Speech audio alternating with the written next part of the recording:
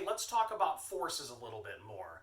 There are four fundamental forces in the universe, all that have unique, interesting, special roles, and all of which work, we believe, in the same way, by exchanging virtual particles that we call force carrier particles. The weakest of the four forces is gravity. We only notice gravity because of huge objects like planets, like stars and galaxies. Gravity is an extraordinarily weak force that acts because of the exchange of force carrier particles that we call gravitons. Maybe. Gravitons may or may not exist. We believe they do. The discovery and measurement of gravitational waves just last year taught us that they almost definitely do. But gravitons would be so weak and so low energy that they would be very, very difficult to detect. And as of right now, nobody has any idea how to do that. Of course, the role of gravity is to determine the large-scale structure of the universe, solar systems, galaxies, and so forth. Electromagnetism is the second strongest of the four fundamental forces, and it's the one that we notice the most. And I'm not just talking about sparks and lightning and magnets and things. Every force you've personally experienced that isn't gravity is electromagnetism. You have, when you put your hands together and push, the electrons in your hand repel the electrons in the other part of your hand. You're held together because of the mutual attraction between electrons in one atom and protons in another. When you talk, the vibrations of air molecules happen because of electric forces between the electrons in one set of atoms and another. Electromagnetism holds everything together.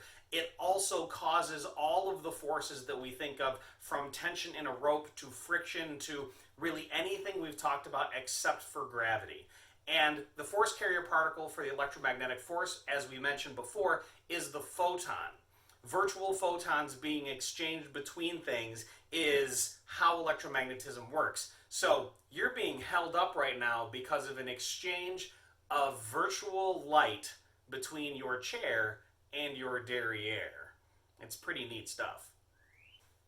The discovery of the proton in the early 1930s told us there had to be another force. Protons are positive, they're packed in super densely in the nucleus, and if you do the math of Fe equals K, Q1, Q2 over R squared, Coulomb's law, you find that protons should be flying apart from each other with enormous accelerations, and they don't. There has to be some sort of strong force in the nucleus gluing it together.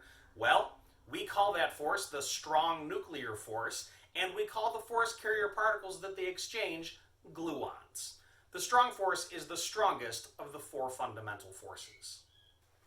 Finally, we have the weak force. The weak nuclear force was obviously there because if the strong force was it inside the nucleus, nuclear decay wouldn't happen. We have particles that spit out of unstable nuclei all the time. And in fact, we have particles that can turn into other particles through decay. Remember, decay means transformation, not like a breakdown. And nuclear decay, particle decay, is caused by the weak force. The weak force is the second weakest of all of the fundamental forces. And its force carrier particle is called the W because we lack imagination.